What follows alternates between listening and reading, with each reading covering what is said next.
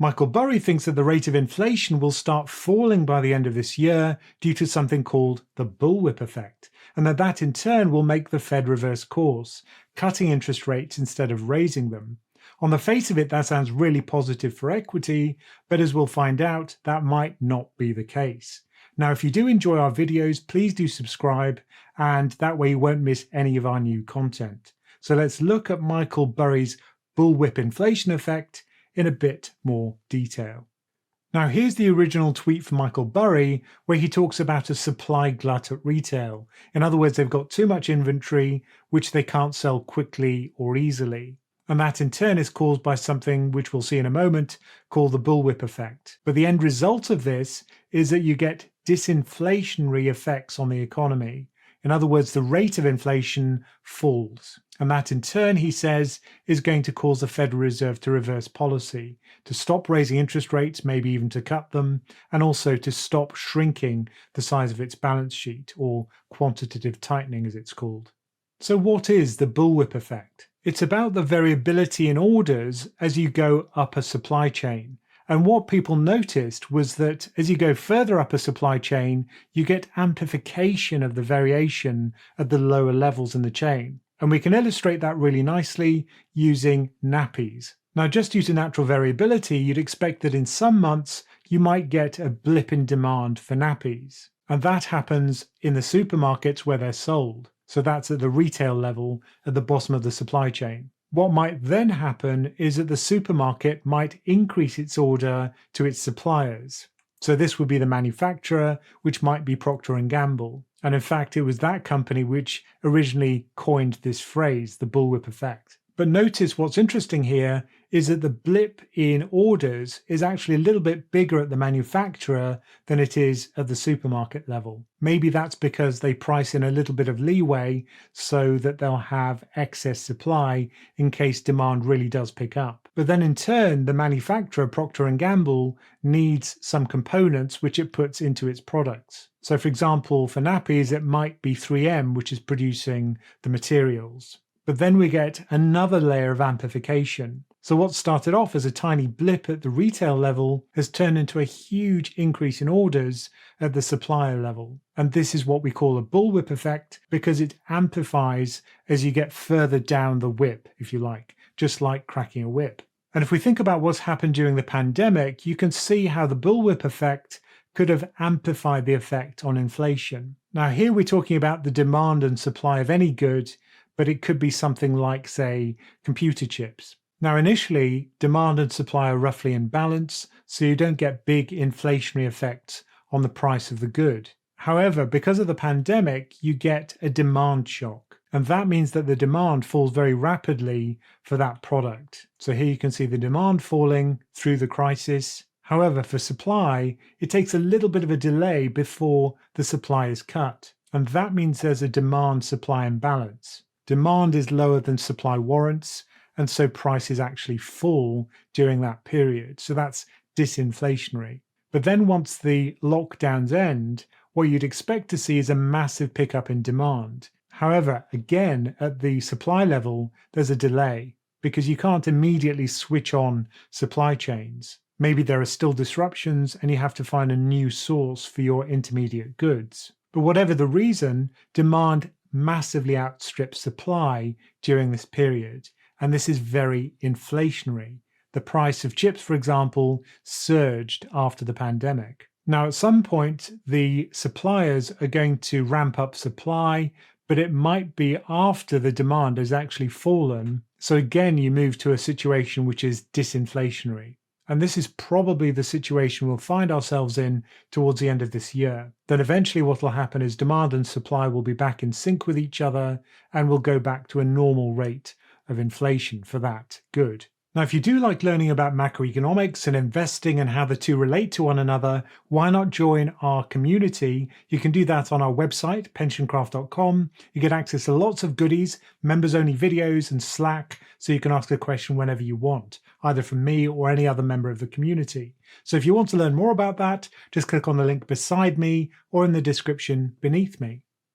Now, is Michael Burry right? Is there a supply glut? Well, the answer seems to be yes, there is. So in these two graphs you can see beside me, the top one shows you wholesalers' inventories and how they've changed over the previous year. I've also marked recessions as the shaded blue regions, and notice how when there is a recession, you see the year-on-year falls in inventories. Presumably that's because wholesalers are seeing less demand, so they're cutting the amount of inventory which they hold. That happened in the recessions in the early 2000s, in 2008, and it happened again in the recession during the pandemic. However, notice that since then, there's been a massive surge in year-on-year growth in wholesalers' inventories. In fact, that's gone to the highest level there's ever been. At the same time, if we look at retail sales, that's the amount of actual stuff which is sold in dollar terms, that did surge after the pandemic as people came out of lockdown.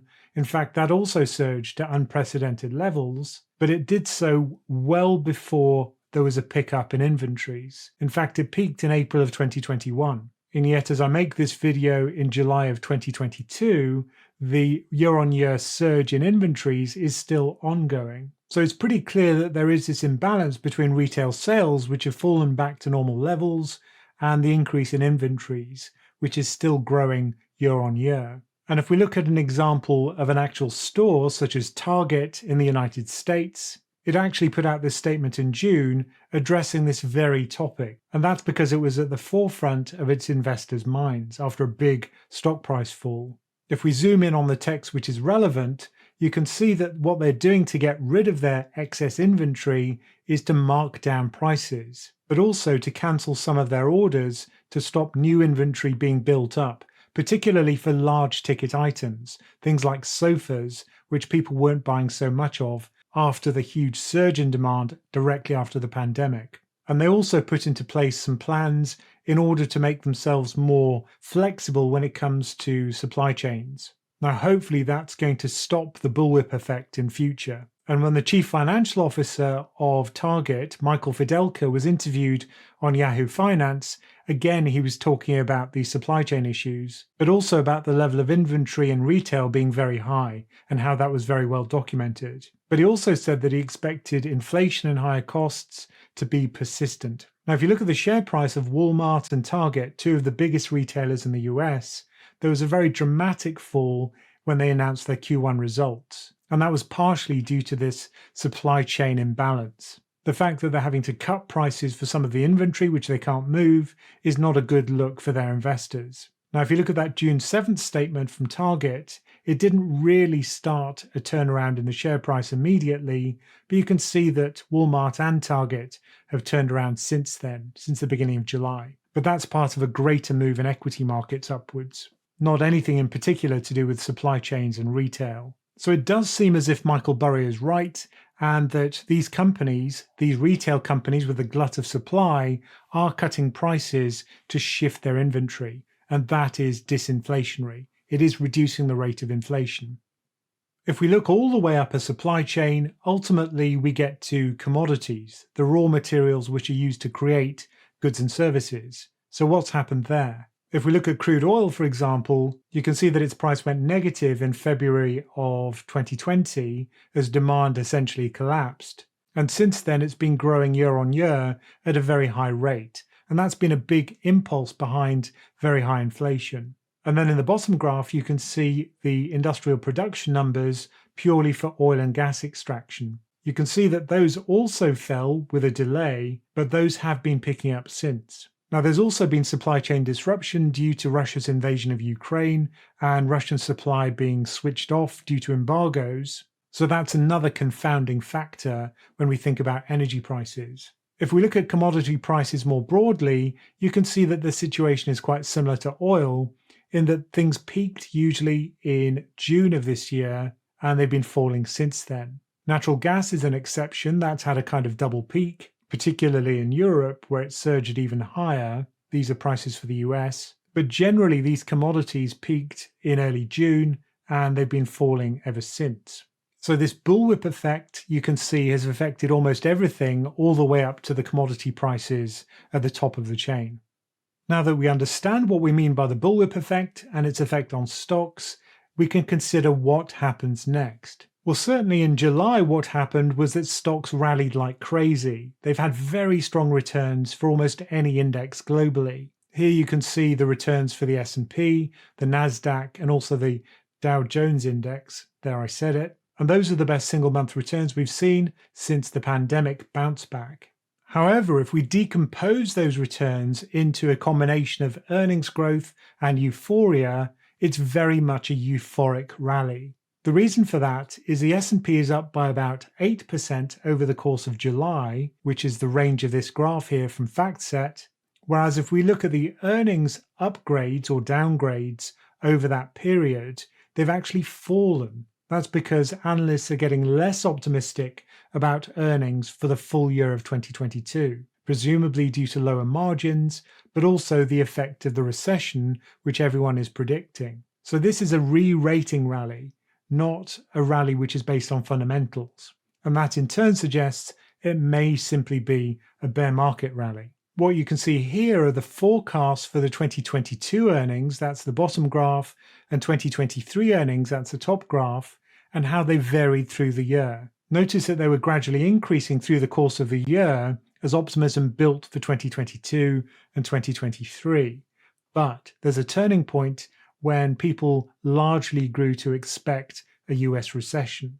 So far, the downgrades are pretty small. We've seen it's just a percentage point. But usually what you get during a recession is a fall in earnings of maybe 10%. That wouldn't be unusual. So this could just be the beginning of a downgrade cycle for forecast earnings. So in Q3 and Q4 of this year, we may see the actual numbers start to weaken considerably.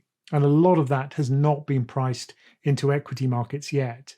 So what we're looking at in 2022 are synchronized growth slowdowns in all the major regions of growth in the world. So that's the US, the Eurozone, and China. And in some countries, we may be expecting a full recession, such as the US and several countries in Europe.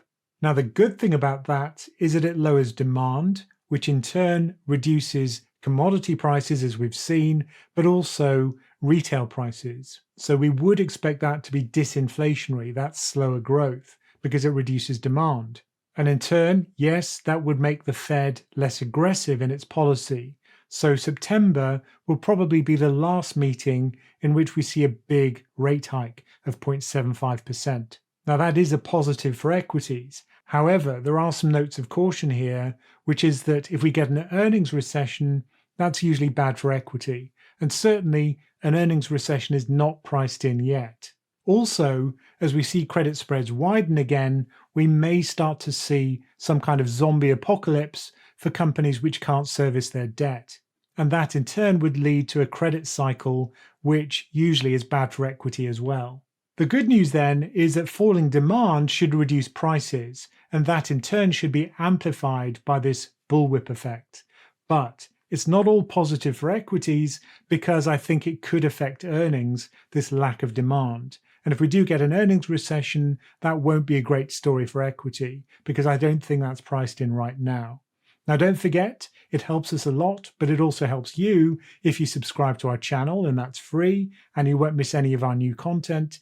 And also don't forget our offer of membership. And you can learn more about that by clicking on the link beside me and looking in the description beneath me. And as always, thank you for listening.